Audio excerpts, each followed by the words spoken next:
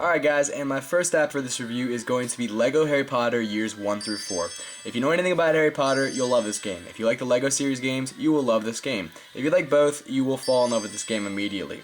First off, I don't know how to save, so that's the first downside I've seen about the application. Second, it is as true to the LEGO series and Harry Potter series as you could possibly get. We're going to start it off with a really quick cutscene, show you guys a little bit if you don't know anything about the LEGO series.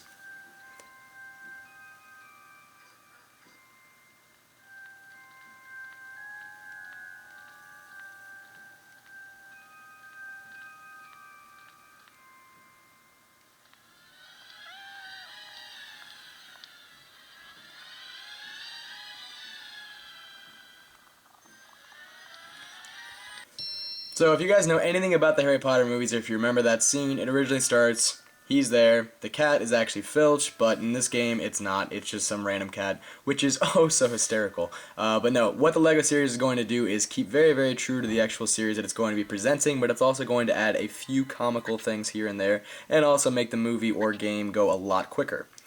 So what's nice about this is it's very true to the original LEGO games that you would see on the consoles and computer, and it's very true to Harry Potter as well. It does have a D-pad, which is nice, and it runs rather smoothly. There are a few times you're going to be encountering some lag or some screen flow. It's going to be a little bit of a problem, but in all honesty, it runs pretty nicely. Second off, I don't know how to save this game. I don't know why. It should be pretty easy, but I just haven't figured out a way how to save, so I'm constantly having to start over.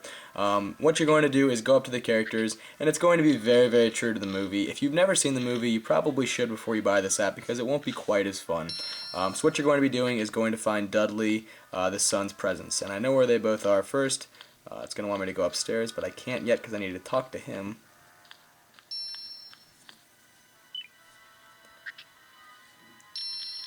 Alright, now she moves, and now we go find presents. So all I really wanted to show you guys is that this is as true to the LEGO series as you could possibly get. The controls are pretty nice for such a small device. I'm sure it runs great on the iPad as well, and it looks fantastic on the device, especially with the Retina display on the iPhone 4 and the iPod Touch 4.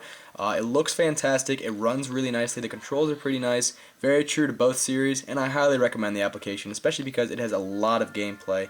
I have been playing probably for an hour, and then I didn't know that I had to save. I thought I could just quit game and it would save for me, but the game hates me, so I had to start all over, which is why I haven't really made much progress lately, because it's a lot of work to do it again. But in all honesty, it's fun. If you like the series of LEGO, get it. If you like Harry Potter, get it. If you just want to have a good time, definitely get it. It's a pretty good application, low price tag, go check it out. That's LEGO Harry Potter Years 1 through 4. Alright guys, and my next app for you is Worms 2. This is Worms Armageddon, the game that I'm sure a lot of you are familiar with from the PC years ago. In all honesty, it's a pretty fun application. It's only $2.99, which is a really nice price tag. It does have online multiplayer, a single player campaign with 30 missions, and the ability to customize your own games, which is pretty awesome. However, it's not too different from the original Worms that was just released on the iPod and iPhone only a few months ago. There are new weapons. Like I said, you can customize maps, but other than that, for a $3 upgrade just to get those features, it's not that great. If you do have the original Worms Armageddon that just came out months ago, like I said, I'd probably stick with that. If you don't though, and you are new to the Worms series, then I would probably go out and get this one because they did a really nice job transitioning it over to the device for the iPod and iPhone and iPad, and killed myself with the first shot. So let's talk about how you actually play this game. Very simple. You are one team of worms, and you fight against another team of worms. You have awesome weaponry, some pretty crazy weaponry at that. And like I said, there are new weapons in this game.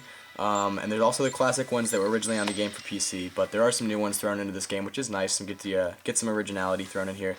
But you have multiplayer online, so you can play against your friends, but if you want to just play single player, then that's cool too. Cool, I'm like screwed, I'm trapped in here already.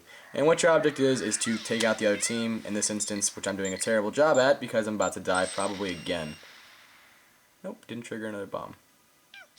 So sick. I suck at this game, but that's pretty much all I have for it. Like I said, if you are new to the Worms series and you don't have one yet on your device, definitely go check out Worms 2 Armageddon. It's only $2.99, pretty solid price tag. But if you do have the original Worms that just came out a few months ago for these devices, then probably steer clear of it unless you're a massive classic fan. So that's my review for Worms 2 Armageddon.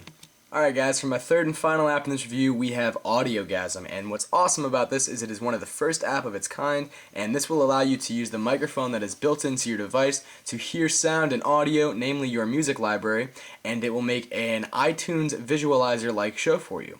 You do have a few settings. You can change the sensitivity of the microphone right here, and that will allow you to play your song louder or quieter depending on what you want. You can also play random songs, then you can select songs and make a playlist, or what I like to do is just go out, pick a song, and I will show you guys how it works using the microphone.